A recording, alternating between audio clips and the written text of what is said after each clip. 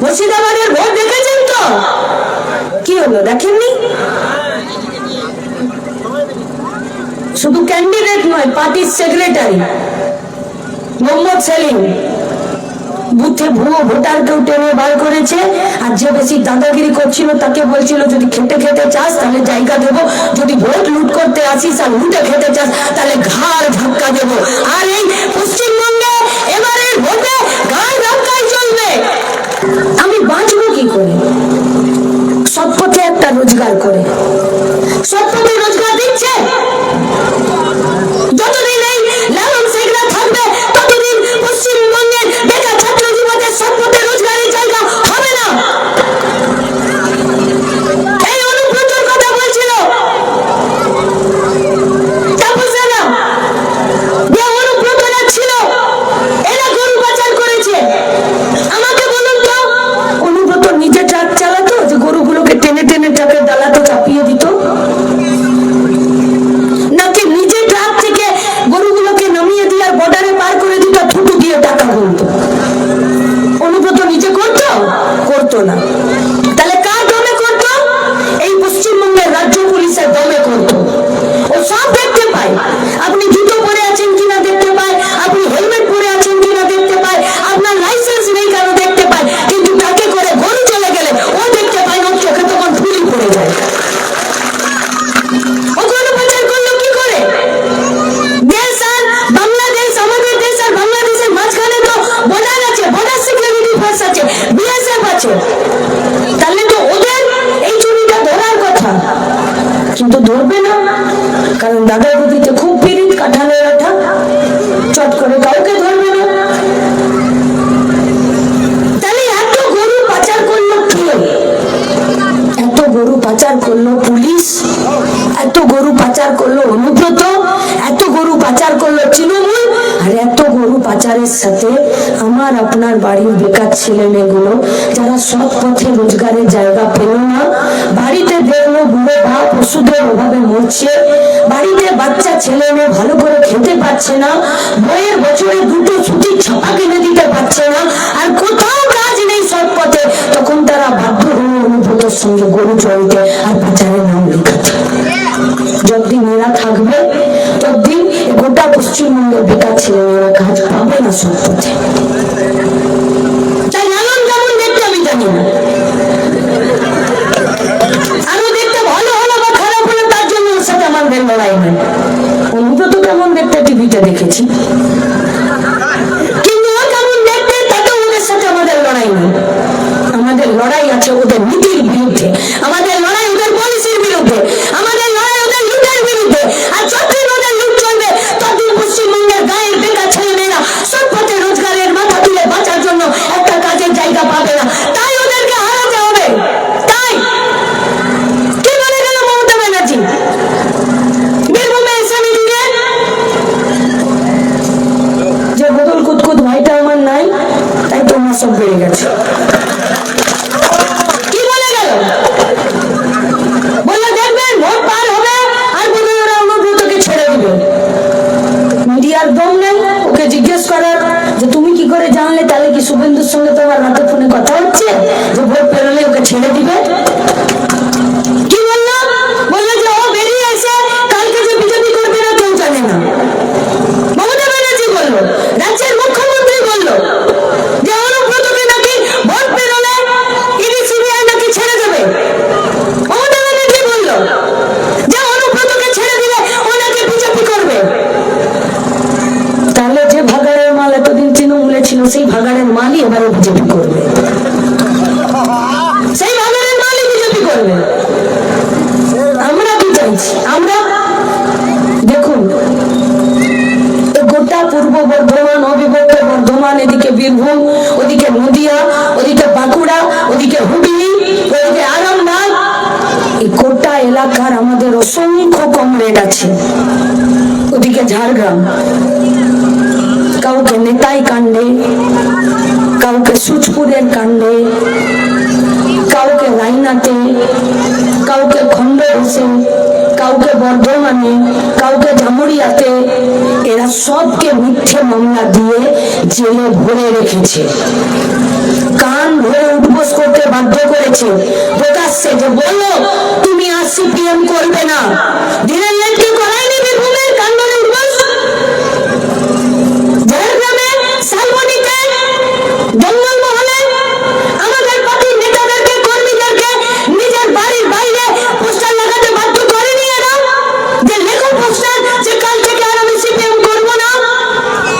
12 বছর 14 বছর আমাদের কর্মীরা আমাদের কমরেডরা জেলের ভিতরে আছে, সাজা শেষ হয়নি, মরে গেল, কারো হাতের অপারেশন হলো, কারো হাত পা ভেঙে গেল, কারো বউ মরে গেছে দেখতে পাইনি, কারো মেয়ে বড় হয়ে বিয়ে হয়ে গেল বাড়িতে আসতে পারিনি।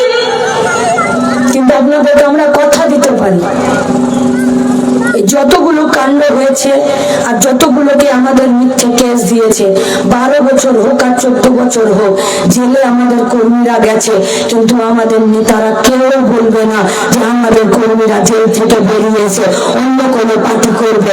আমাদের কর্মীরা বেরিয়ে আসবে, লাল ঝান্ডা নেবে, আবার রাস্তায় দাঁড়াবে, আবার রাজিবুলের মতন শহীদ হওয়ার তালিকাতে তারা নাম লিখাবে। কারণ আমাদের বাপরা হলো রাজিবুল আর রানিসদের বাপ, যারা বেটাদের লাশের সওদা করে না।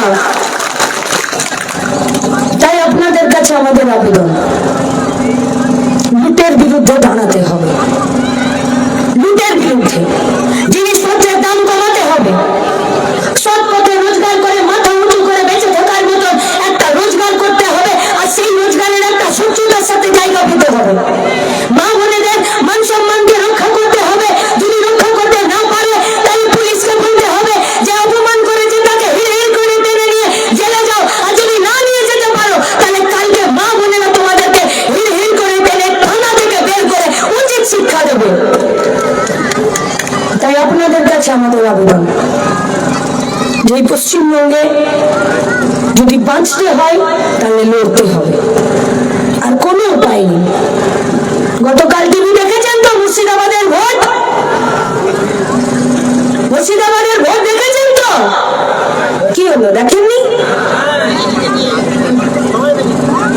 শুধু ক্যান্ডিডেট নয়, পার্টির সেক্রেটারি মোহাম্মদ সেলিম বুথে ভুয়ো ভোটারকেও টেনে বার করেছে, আর যে বেশি দাদাগিরি করছিল তাকে বলছিল যদি খেটে খেতে চাস তাহলে জায়গা দেবো, যদি ভোট লুট করতে আসিস আর লুটে খেতে চাস তাহলে ঘাড় ধাক্কা দেবো। আর এই পশ্চিমবঙ্গে এবারের ভোটে ঘাড় ধাক্কাই চলবে। যদি যারা ভোট রক্ষা করতে আর বুথ রক্ষা করতে নেতারা নেতারা নেতারা মানে আপনারা, নেতারা মানে যে ছাত্র যুব মেহনতি মানুষের কমরেডরা আজকে চ্যালেঞ্জ নিয়ে এই মাঠে আমার সভা করেছে, তারা নেতা মানে রাজিবুল মরে যাবার পরও তার লাশটা পড়ে যাবার পরও যে মায়েরা সামনের যে বাঁধা ছিল ছোট সরকি লাঠির মতন, সেই লাঠি নিয়ে যারা লড়াই করলেন আর ভোটটাকে ফিরে করালেন পঞ্চায়েতের ভোটের দিন, সেই মায়েরা তারা নেতা। তারা যদি বুথ রক্ষা করার জন্য আর ভোট রক্ষা করার জন্য সামনে এসে রাস্তায় দাঁড়ায়, তাহলে যারা ভোট লুট করবে আর বুথ লুট করবে তারা পিছনের দরজা দিয়ে পালাবে। শুধু সাহস রাখুন নিজেদের মধ্যে, জিততে আমাদের হবে, মানুষের ভোটেই জিততে হবে, গণতান্ত্রিক পদ্ধতিতেই জিততে হবে, শ্যামলী প্রধানকেই জিততে হবে। শ্যামলী প্রধান আমাদের কাছে আমাদের পার্টির মুখ, আমাদের পার্টির আদর্শ। শ্যামলী প্রধানরা কখনো বিকিয়ে যায় না, শ্যামলী প্রধানরা চোখে চোখ রেখে লড়াই করতে পারে, শ্যামলী প্রধানরা এই বার্তা দিতে পারে যে লুটে খাওয়ার সাবধান, খেটে খাওয়ার জোট বাড়ছে। শ্যামলী প্রধানরা পঞ্চায়েতের টাকা চুরি করে নিজেদের 4 তলা বিল্ডিং বানায় না। শ্যামলী প্রধানরা এলাকার গরিব খেটে খাওয়া মেহনতি মানুষের জন্য ভিডিওর চোখে চোখ রেখেও কথা বলতে পারে, ডিএমএসপি কেও তাদেরকেও হাত মুড়তে বাধ্য করতে পারে। তাই শ্যামলী প্রধানদেরকে জিততেই হবে আর পার্লামেন্টে পাঠাতেই হবে, কারণ পাড়ার কথা পার্লামেন্টে পৌঁছে দেবার জন্য আমাদের যে মুখ, আমাদের যে গলা, আমাদের যে মাথা, সেইটা হচ্ছে কমরেড শ্যামলী প্রধান। আর শ্যামলী প্রধানকে কাস্তে হাতুড়ি তাড়াতেই ভোটটা দিতে হবে। আর জিততে যদি হয় তাহলে একা তৃণমূলকে হারালে চলবে না, বিজেপি সমেত তৃণমূলকে হারাতে হবে। ডিম ডিম সমেত মাকে বিসর্জন দিতে হবে। ডিম রেখে মাকে বিসর্জন দিয়ে কোনো লাভ নেই, কারণ মায়ের বিসর্জন হবে আর ডিম যদি থেকে যায় তাহলে ওই ডিম ফুটে যে ছাপ বেরোবে সেই চোর মায়েরই ছাপ বেরোবে। তাই তৃণমূলকে হারাতে গেলে বিজেপির সমেত হারাতে হবে। তাই সব ভোট কাস্তে হাতুড়ি তারায় কংগ্রেস শ্যামলী প্রধানকে দিতে হবে, বাঁচার জন্য, মান সম্মান নিয়ে বাঁচার জন্য, সৎ পথে রোজগার করে বাঁচার জন্য, পঞ্চায়েতকে বাঁচানোর জন্য, আউশ গ্রামকে বাঁচানোর জন্য। রাজীবনের মা বাপকে আমরা এটুকু তো কথা বলতে পারি, দিতে পারি যে অনেক চোখের জল ফেলবে মা। এবার অসংখ্য রাজীবন আমরা দাঁড়িয়ে আছি, যে কাজ রাজীবন আধা রেখে গেছে সেই কাজ আমরা পুরো করে ছাড়বো। আর এই আউশ গ্রাম থেকে শ্যামলী প্রধান জিতে পার্লামেন্টে যাবে আর অসংখ্য রাজীবনদের বিচারের জন্য, ইনসাফের জন্য। তাই ইনসাফের দাবিতে, বাঁচার দাবিতে, পেট পুড়ে খাবার দাবিতে, দেশকে বাঁচানোর লড়াইয়ে আসুন। মাঝখানে 4টা দিন, তারপরে 2টো দিন বুথের বাইরে, কোমরে আঁচল, কাঁধে গামছা, ভোট কাস্তে হাতুড়ি তারা। যে লুট করতে আসবে, আসবে তো ভাই হেঁটে, কিসে যাবে দায়িত্ব নিজের। পাশে লেখা থাকে মালের দায়িত্ব আরোহী। যারা লুট করতে আসবে তারা নিজেরা ফেরত যাওয়ার ব্যবস্থা করবে, যারা সৎ পথে ভোট দিতে আসবে তাদেরকে 1 গ্লাস জলের জন্য আমরা দাঁড়িয়ে থাকবো। ইনকালাব জিন্দাবাদ, লাল ঝান্ডা জিন্দাবাদ।